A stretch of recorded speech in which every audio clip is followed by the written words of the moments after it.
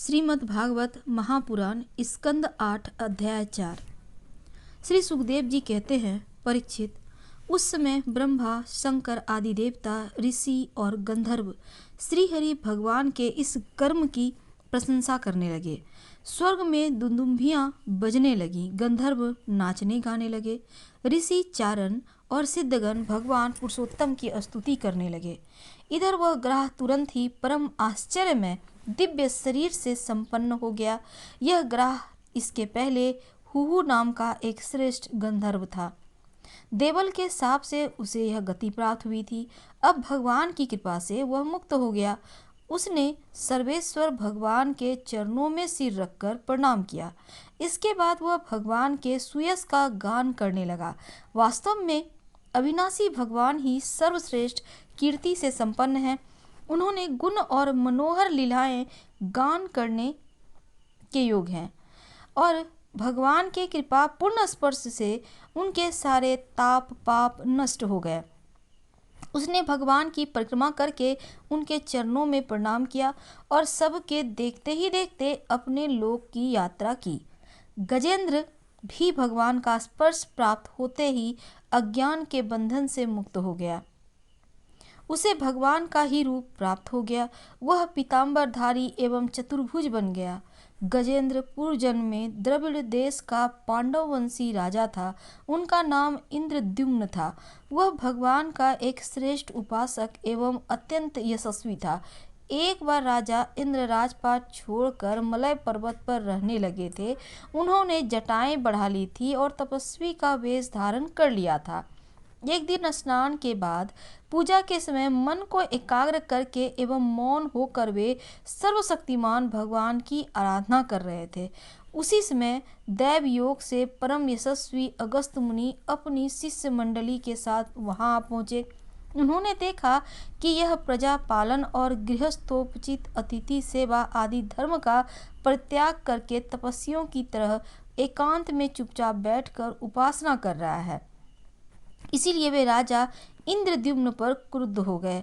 उन्होंने राजा को यह श्राप दिया कि इस राजा ने गुरुजनों से भी शिक्षा नहीं ग्रहण की है, अभिमानवश परोपकार से निवृत्त होकर मनमानी कर रहा है, ब्राह्मणों का अपमान करने वाला यह हाथी के समान जड़ बुद्धि है, इसलिए इसे वही घोर अज्ञानमयी हाथी की योनि प्राप्त हो।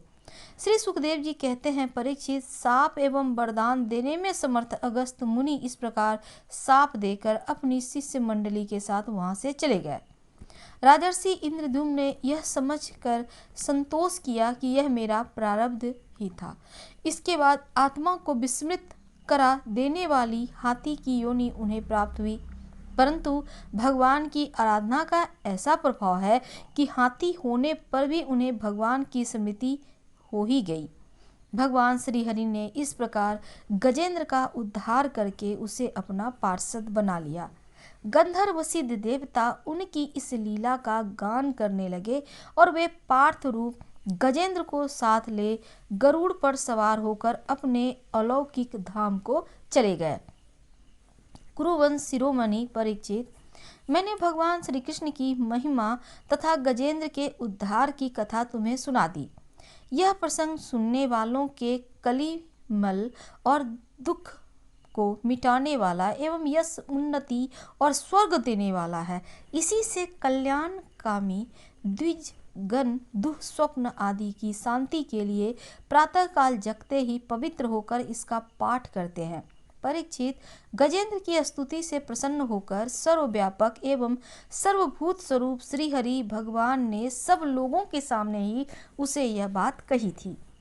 श्री भगवान ने कहा, जो लोग रात के पिछले प्रहर में उठकर इंद्रिय निग्रह पूर्वक एकाग्र चित्त से तेरा तथा इस सरोवर, पर्वत एवं कंदरावन, बेत कीचक और बांस के झुरमुट, यहाँ के दिव्य वृक्ष तथा पर्वत शिखर, मेरे ब्रह्मा जी और शिव जी के निवास स्थान, मेरे प्यारे धाम क्षीर सागर, प्रकाश में श्वेत द्वीप, श्रीवत्स, कौस्तुभ मणि, बनमाला, मेरी कौमोद की गता, सुदर्शन चक्र, पंचजन्य शंख, पक्षीराज गरुड़, मेरे सूक्ष्म कला स्वरूप शेष जी, मेरे आश्रय में रहने वाली लक्ष्मी देवी, ब्रह्मा जी, देवर्षि नारद, शंकर जी तथा भक्तराज प्रहलाद, मत्स्य, कच्छप, वराह आदि अवतारों में किए गए हुए अनंत पुण्यमय चरित्र, सूर्य, चंद्रमा, अमी, ओमकार, सत्य, मूल प्रकृति, गौ, ब्राह्मण, अविनाशी,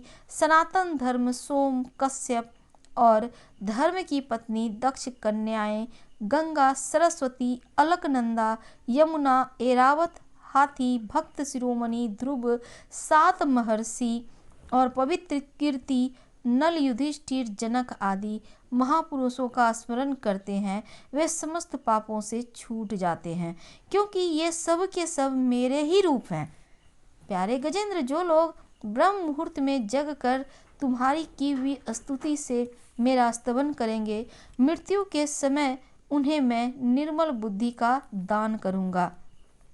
श्री सुखदेव जी कहते हैं, परीक्षित, भगवान श्री कृष्ण ने ऐसा कहकर देवताओं को आनंदित करते हुए अपना श्रेष्ठ शंख बजाया और गरुड़ पर सवार हो गए। पौष मास की चतुर्थी तिथि की व्रत कथा। पौष मास में चतुर्थी तिथि के दिन इस कथा को जरूर सुनना चाहिए। एक समय रावण ने स्वर्ग के सभी देवताओं को जीत लिया और संध्या करते हुए बाली को पीछे से जाकर पकड़ लिया। वानर राज बाली रावण को अपनी कांख में दबाकर किष्किंधा नगरी ले आए और अपने पुत्र अंगद को खेलने के लिए खिलौना दे दिया। अंगद रावण को खिलौना समझकर रस्सी से बांधकर इधर उधर घुमाते थे। इससे रावण को बहुत कष्ट और दुख होता था।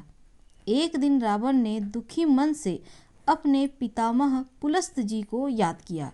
रावण की यह दशा देखकर पुलस्त जी ने विचारा कि रावण की यह दशा क्यों हुई। उन्होंने मन ही मन सोचा, अभिमान हो जाने पर देव, मनुष्य और असुर सभी की यही गति होती है। पुलस्त ऋषि ने रावण से पूछा कि तुमने मुझे क्यों याद किया है। रावण बोला, पितामह, मैं बहुत दुखी हूँ। ये नगरवासी मुझे धिक्कारते हैं और अब आप ही मेरी रक्षा करें। रावण की बात सुनकर पुलस्त जी बोले, रावण, तुम डरो नहीं, तुम इस बंधन से जल्द ही मुक्त हो जाओगे। तुम विघ्न विनाशक श्री गणेश जी का व्रत करो।